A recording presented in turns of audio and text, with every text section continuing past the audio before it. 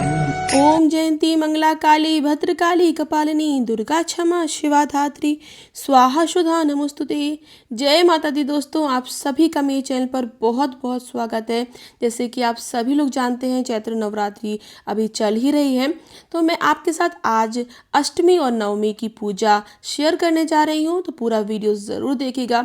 क्या महाभोग लगाया जाता है, क्या महा उपाय किए जाते हैं, व्रत रखने के बाद 9 दिन हमें कैसे रखना चाहिए और कैसे व्रत को खोलना चाहिए, सभी जानकारी इस वीडियो के माध्यम से मैं आपको दे दूंगी। तो देखिए, हमारी चौकी लगी हुई है। हमें माता रानी को, जवारे को और कलश को बिल्कुल भी हिलाना नहीं है 9 दिन तक। आप 10वें दिन आप माता की चौकी को उठाइएगा। बहुत सारे लोगों का प्रश्न आता है कि हमें चौकी कब उठाना चाहिए। तो देखिए, 9 रात्रि का मतलब होता है 9 रातें। 9 रातों के बाद ही चौकी को उठाया जाता है।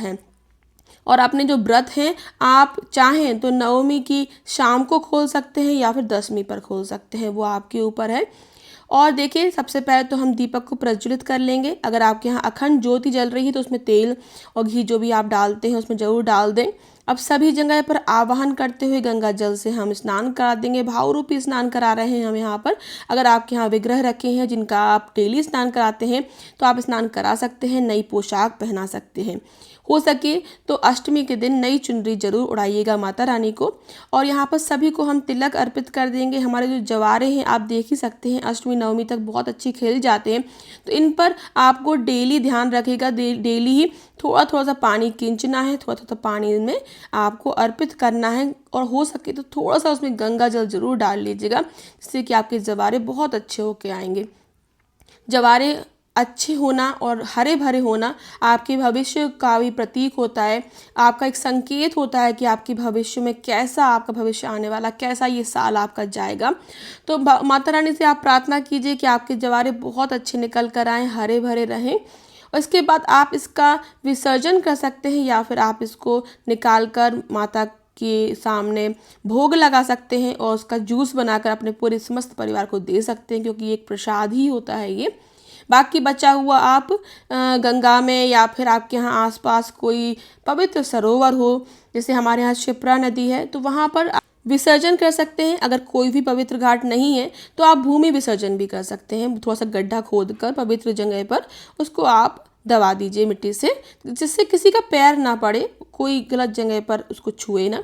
बस इस तरीके से ध्यान रखिएगा। अब सभी जगह पर हमने पुष्प अर्पित कर दिए हैं। गणपति जी को दूबा, जनेऊ, कलावा सभी अर्पित करेंगे। हमारे नवग्रह हैं उनको ज़रूर पूज दीजिएगा। अगर आपने चावल और सुपारी से नवग्रह रखे हैं तो उनको भी आपको सुपारी को टच नहीं करना है, उन्हीं को टीका लगा दीजिए। भाव रूपी ऊपर से आप थोड़े से अक्षत अर्पित कर दीजिए। यहाँ माता रानी के लिए पीने के लिए हमने जल अर्पित कर दिया है। अष्टमी हो चाहे नवमी हो, यही भोग लगाया जाता है। काले वाले चने, सूजी वाला जो आप हलवा बना सकते हैं थोड़े से ड्राई फ्रूट्स डालकर। और आपको यहाँ अठवाई बनानी है। अठवाई या आप पूड़ी भी बना सकते हैं।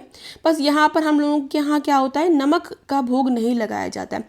बहुत सारी जगह पर चने में नमक डाल देते हैं, पर हम लोग नहीं डालते। ना ही पूड़ी में नमक है और ना ही चने में नमक है। बाद में अगर आप इसको खाएंगे तो आप थोड़ा सा नमक मिलाकर खा सकते हैं, पर जब प्रसाद लगा रहे हैं तो उसमें हम लोग नहीं डालते हैं। थोड़ा सा मैंने इसमें बताशा भी रखे हैं। आप चाहें तो बताशा या फिर ड्राई फ्रूट्स या कोई भी आप मिठाई लेके आए हो मार्केट से, वो भी रख सकते हैं। इसके साथ ही थोड़ा सा हम इत्र अर्पित कर देंगे। सभी जगह थोड़ा सा सुगंधित कर देंगे वातावरण को। मौसमी फल अर्पित करेंगे। माता रानी को छुपाकर हम बगल में रख देंगे यहाँ पर साइड में। और भी आपके पास फल हो तो आप ज़रूर अर्पित कीजिए, बस जोड़े में कीजिएगा। चाहे एक ही फल हो, जोड़े में कीजिएगा। अब अष्टमी को क्या होता है, ये जो नारियल होता है जो कलश पे रखा है उसको नहीं छूना है। अलग से एक नारियल का भोग लगाया जाता है। हमारे यहाँ अष्टमी पर नारियल फोड़ा जाता है, पर ध्यान रखिएगा अष्टमी के दिन नारियल खाया नहीं जाता है।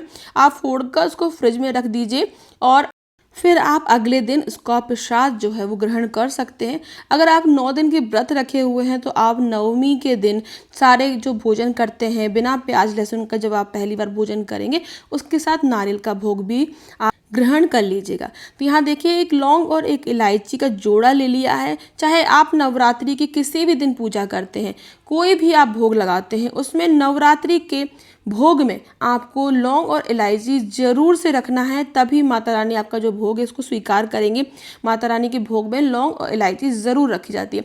अगर आप माता रानी को शीघ्र से शीघ्र प्रसन्न करना चाहते हैं तो आप लौंग इलायची की माला भी माता रानी को अर्पित कर सकते हैं। लौंग की माला भी अर्पित कर सकते हैं। लौंग की माला कैसे बनानी है उसका वीडियो मेरे चैनल पर आपको मिल जाएगा, संपूर्ण जानकारी आपको मिल जाएगी। तो अब हम आरती कर लेंगे। तो जो हमने दीपक जलाया है उसी से हम आरती कर लेंगे। माता की कोई भी आरती आपको आती हो वो आप गा लीजिए। जय माँ अम्बे गौरी वाली आप गा सकते हैं। अम्बे तू है जगदम्बे काली, जय दुर्गे खप्पर वाली, ये वाली आरती भी आप गा सकते हैं। आपको आरती संग्रह में या फिर दुर्गा चालीसा के पीछे मिल जाएगी। अगर आप कोई भी पाठ करते हैं तो आरती के बाद आप पाठ कर सकते हैं। अब हम पानी से आचमन कर देंगे 3 बार। तो अपने साड़ी के पल्लू या सूट आप जो भी पहने हैं उससे आप आचमन कर दें समस्त पूजा का और अपने भोग का भी। अब आरती हम माता रानी को देंगे, भोग भी माता रानी के लिए हम आंख बंद करके अर्पित करने के लिए अनुरोध करेंगे, उनसे विनती करेंगे हमारे भोग को स्वीकार कीजिए माता रानी, और हमारे घर में हमेशा सुख शांति समृद्धि रहे। हमारे पूरे परिवार पे अपनी कृपा दृष्टि हमेशा बनाए रखना। तो अब हम हवन कर लेते हैं। आरती से पहले या आरती के बाद कभी भी आप हवन कर सकते हैं। तो वैसे तो आरती के बाद ही हवन किया जाता है। तो हम यहाँ पर एक हवन कुंड ले लेंगे। उसमें मैंने हवन कप रखा है, थोड़े सी मैंने यहाँ धूप और कपूर जलाकर हवन को प्रज्वलित कर लिया है और इसको हम अब पूजेंगे। तो सबसे पहले तो जल से हम आवाहन करेंगे अग्निदेव का, थोड़ा सा जल छिड़क कर। अग्नि में आपको जल नहीं छिड़कना है, हवन कुंड पर थोड़ा सा फूल से जल को छुआना है। पूरा हम पूज लेंगे, थोड़ा सा अक्षत अर्पित करेंगे, 5 बार आहुति देंगे घी से। हमेशा ध्यान रखिएगा सर्वप्रथम 5 आहुति घी से दी जाती है। फिर 3 उंगली से आपको हवन सामग्री डालना है। हवन सामग्री कैसे बनाते हैं, हवन कप कैसे बनाते हैं उसका वीडियो भी मेरे चैनल पर है, आप जरूर जाकर देख लीजिएगा। इसके बाद अब हम हवन कर लेंगे। कोई भी आप मंत्र बोलते हैं लास्ट में स्वाहा ज़रूर बोलिएगा। 3 उंगलियों से आप हवन कीजिएगा। अपने गोत्र का नाम, अपने पति का नाम और अपने पूर्वजों का नाम ज़रूर हवन में लीजिएगा। पंच देवताओं का नाम लीजिएगा। आपका कोई गुरु मंत्र हो तो उसको लीजिएगा। माता रानी के मंत्र होते हैं तो उनको भी आप ले लीजिए। ओम जयंती मंगला काली भद्रकाली कपालिनी दुर्गा क्षमा शिवा धात्री स्वाहा सुधा नमोस्तुते स्वाहा। इसके हम लौंग इलायची का जोड़ा डाल देंगे। एक बताशा या फिर जो भी आपने भोग लगाया है वो हम अर्पित करेंगे। जैसे आपने पूड़ी हलवा लगाया है तो वो भी इसमें डाल दीजिएगा। अब हम पानी से 3 बार आचमन कर देंगे। जल जरूर छोड़िएगा हवन करने के बाद, तभी आपका हवन कंप्लीट माना जाता है, पूरा माना जाता है। अब हम हवन कुंड को साइड में रख देंगे और यहाँ पर मैंने थोड़ी सी दक्षिणा अर्पित कर दी है, माता रानी के पास रख दी है, जिससे हमारी पूजा में कोई कमी रह जाती तो वो पूरी हो जाती है। अब आप जिस आसन पर बैठे हैं उस पर जल छोड़कर अपने मस्तक से, अपनी आंखों से ज़रूर लगा लीजिए। ये जो जवारे हैं आपको 10वीं के दिन इनको उठाना है। थोड़ा सा हल्का सा हिलाने के बाद आप उठाइए और प्रणाम कीजिए माता रानी को कि हमारे जवारे बहुत अच्छे निकल कर आए हैं। माता रानी ऐसे ही अपनी कृपा सदैव हमारे पूरे परिवार पर बनाए रखिएगा। ये हमारी जो पूजा है यहाँ पर संपन्न होती है। हाथ जोड़कर प्रार्थना कर लेंगे कि कोई गलती हो गई हो, भूल हो गई तो माफ़ कर दीजिएगा माता रानी। अगर आपने पंचमी पर या प्रथम दिन आपने सुहाग का सामान अगर अर्पित नहीं किया है तो आप अष्टमी या नवमी के दिन अर्पित कर सकते हैं। चाहे आपके यहाँ अष्टमी पुजती हो चाहे नवमी, पूजा यही रहेगी। पूरी पूजा आप ध्यान से देख लीजिए, समझ लीजिए। कोई भी अगर आपके मन में क्वेश्चन हो आप मुझे कमेंट करके पूछ सकते हैं। आप सभी को बहुत बहुत धन्यवाद। जय माता दी।